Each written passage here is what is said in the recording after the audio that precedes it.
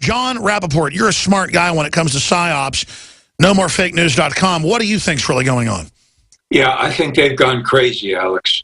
I think we're looking at, end stage insanity here. The government commands, you obey. The rights that you have come from the government. I mean, that on the face of it is complete lunacy. And it's a kind of, we're entitled to tell you where your rights come from, what you can do, what you can't do. There's nothing you can do about that because we're immune. We're buffered off from any criticism. We've got the media under control. And then when this insane, these sex programs, education programs in school, the one you just mentioned, the anal sex, deal, they always deny this. I mean, I've seen this happen time and time again. We didn't put this up. This isn't really part of the system that we teach. And then they'll say, well, it's an optional program and it's actually funded by somebody else. They just keep tap dancing and lying. But the truth is, they're doing it. They're doing it all the time. And this is just, these are mind control factories, these schools. And so the elites who have been running these programs forever, these programs in public schools are just now automatic. They just churn themselves out without nobody has to make a phone call from high up to get them to do what they're going to do. They're just following their instructions from years and years ago, and they keep expanding this insanity, and nobody calls them on. That's the problem. I mean, these parents at the Chicago schools should rise up en masse, march on the school, demand to talk to the principal, the head of the Board of Education. We want you to say why you put this in. Who told you to put it in? That's right. Let me throw this in because this is a great example. Gruber comes out now in 5 tapes and says he met with the president, developed the lies to rip everybody off. They use non-transparency and the public stupidness to get it done, and it's making everybody upset.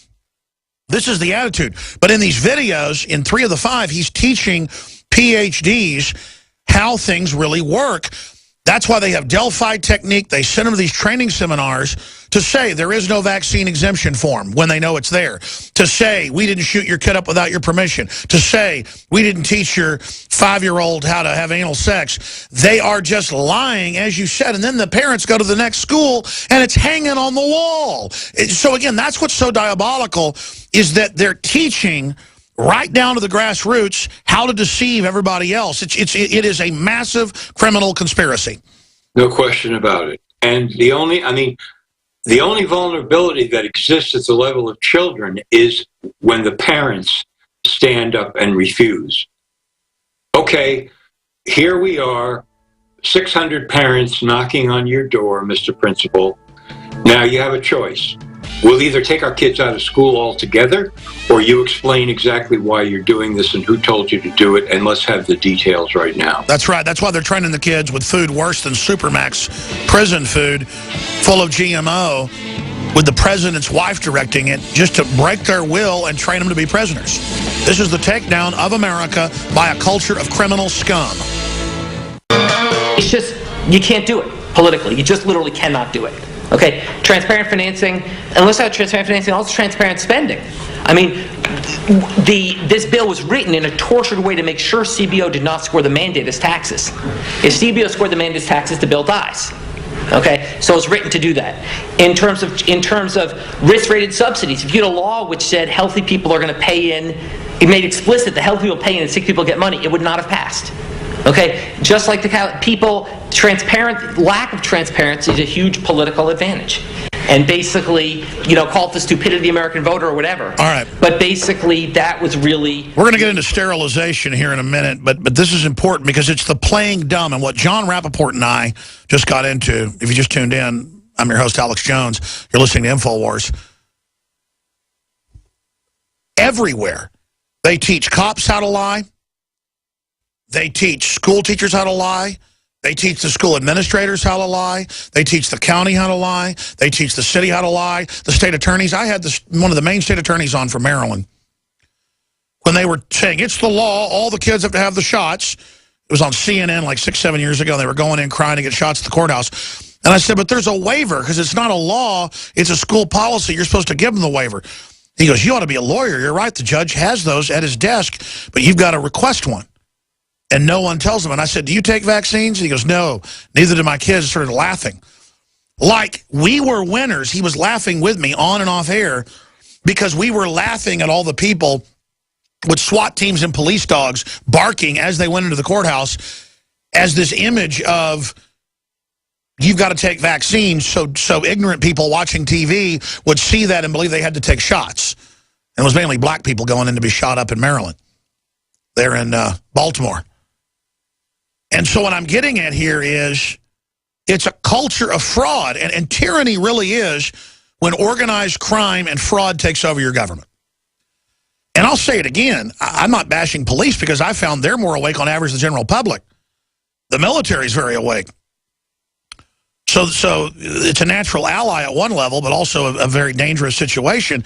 But John, what I'm trying to get at here is it's amazing, just like the sterilization, it's in all the UN documents, the funding. They've been caught for 50 years over and over again doing it, giving people polio, spreading it, shooting people up with SV-40, sterilizing women with the tetanus shots. They just got caught again. You just wrote about it.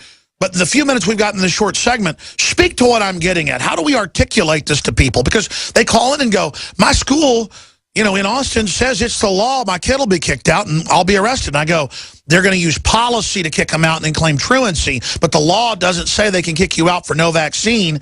They're fraudulently going to have the police come in and arrest you for the truancy.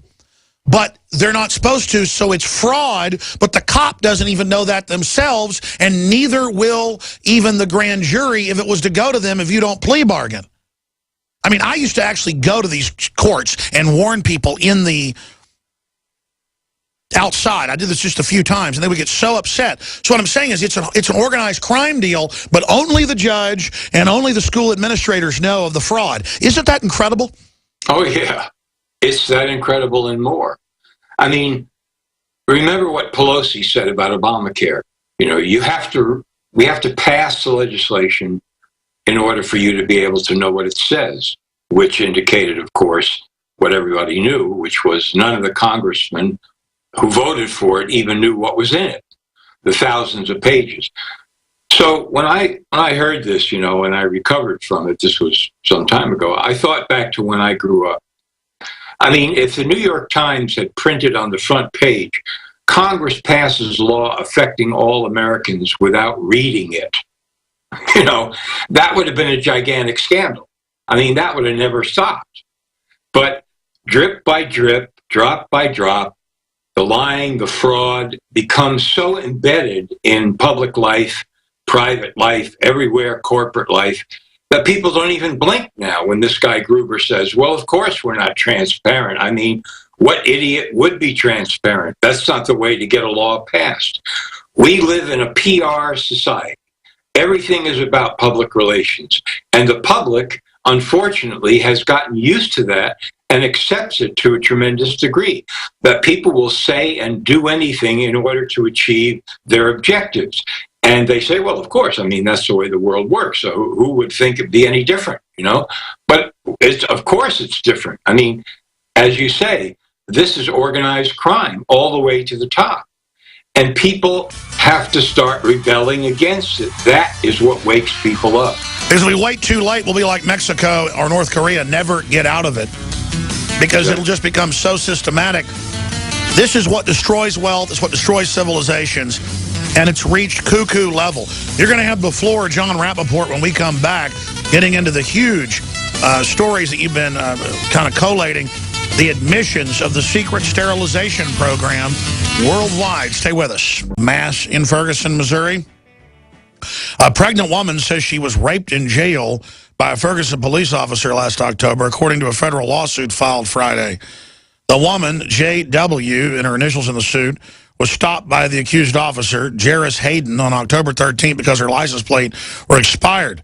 She should have just been illegal. He'd let her go. And Hayden arrested her after she gave a false name. You smell good, J.W. claims Officer Hayden said to her during her booking. This will teach you a lesson. JW's boyfriend eventually posted her bond, but Officer Hayden said she still had a traffic warrants for other cities. And then it goes on. In exchange for securing her release, Officer Hayden took JW to a boiler room and proceeded to have sex with her. And she did not resist out of fear, according to the lawsuit. The suit also claims that Officer Hayden led her to a side room and told her to stay close to the building when leaving, to presumably stay out of the sight of security cameras. JW went to the hospital afterwards, and DNA tests confirmed pubic hair on her body from Hayden. Looks bad, according to the lawsuit. Lawyers will put stuff in lawsuits aren't true, though. I'm not saying it isn't true. I'm just saying I don't believe anything I see these days. The conduct of the city of Ferguson law enforcement in engaging in repeated acts of violence and constitutional violations against the citizens constitutes a pattern, the lawsuit says. The lawsuit comes at a poor time for the city, as protesters are expected to riot in response to the jury decision on whether to indict Officer Darren Wilson, who shot and killed 18-year-old Michael Brown during an altercation. Great job churning this out just as it breaks, Kit Daniels. But we might just add the point here that thugs are planning to use protests as cover to riot and delegitimize, because we just say protesters are expected to riot. I know that's what the media says, but we don't have time to edit stuff here on air, and I'm trying to. They got a great team. Let's do all this out openly on the air. Ferguson cop rapes woman in jail, lawsuit claims. Lawsuit comes at worst possible time as protesters mass. I guess stage is the word in Ferguson. Good report there. We'll see what happens from it. You know, I wouldn't believe stuff like this if so many cops weren't pleading guilty to raping women. And the old thing is, you know, cops pull up by the topless bar on the dancers leave at 2, pull them over and say, look, you know, give me oral sex and I won't take you in for DWI. I don't know if this guy's guilty or not. It's just a lawsuit. I also know criminals lie a lot. It's amazing how people in this world of fraud think making something up gives them power. And so when you've had people make stuff up about you, you name it, you just start to, like, want to see some proof. And I want to see it from cops when they say about, something about me, and I want to see when people say something about them.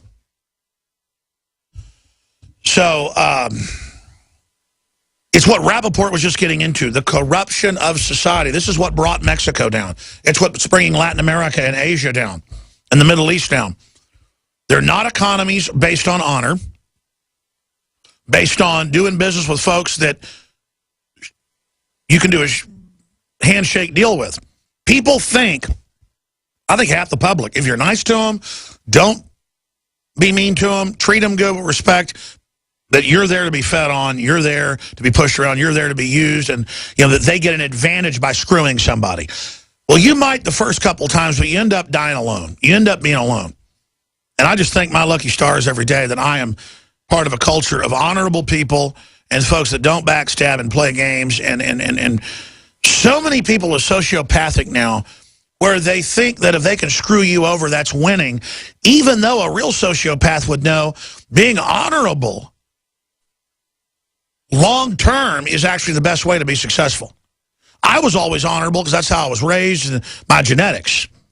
That's why they always attack my honor in the media, because they want to say I'm dishonorable because they know my greatest attribute is that I am honorable.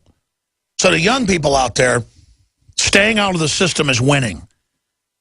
Becoming independent, that means wealthy, even if it's middle class or just working class. If you own your own business, your own house, you don't have to answer to anybody, you're successful. It's the gang mentality. Rapoport, I'm ranting here. Give me your comment on what I just said about that, and then I want to get into the sterilization. I see it at all levels, Alex, just like we're discussing here. As you say, how can I take advantage of a situation in order to lie, cheat, steal, commit fraud? It's just one giant, talk about the melting pot. That's what this country keeps on becoming over and over in bigger and bigger terms at every level, is the fraud, getting over on people, the sociopathic behavior, et cetera, et cetera. You see it at every single possible level, from the biggest down to the smallest. And somewhere this is learned behavior. I mean, because we don't have 100% sociopaths in this country. I mean, this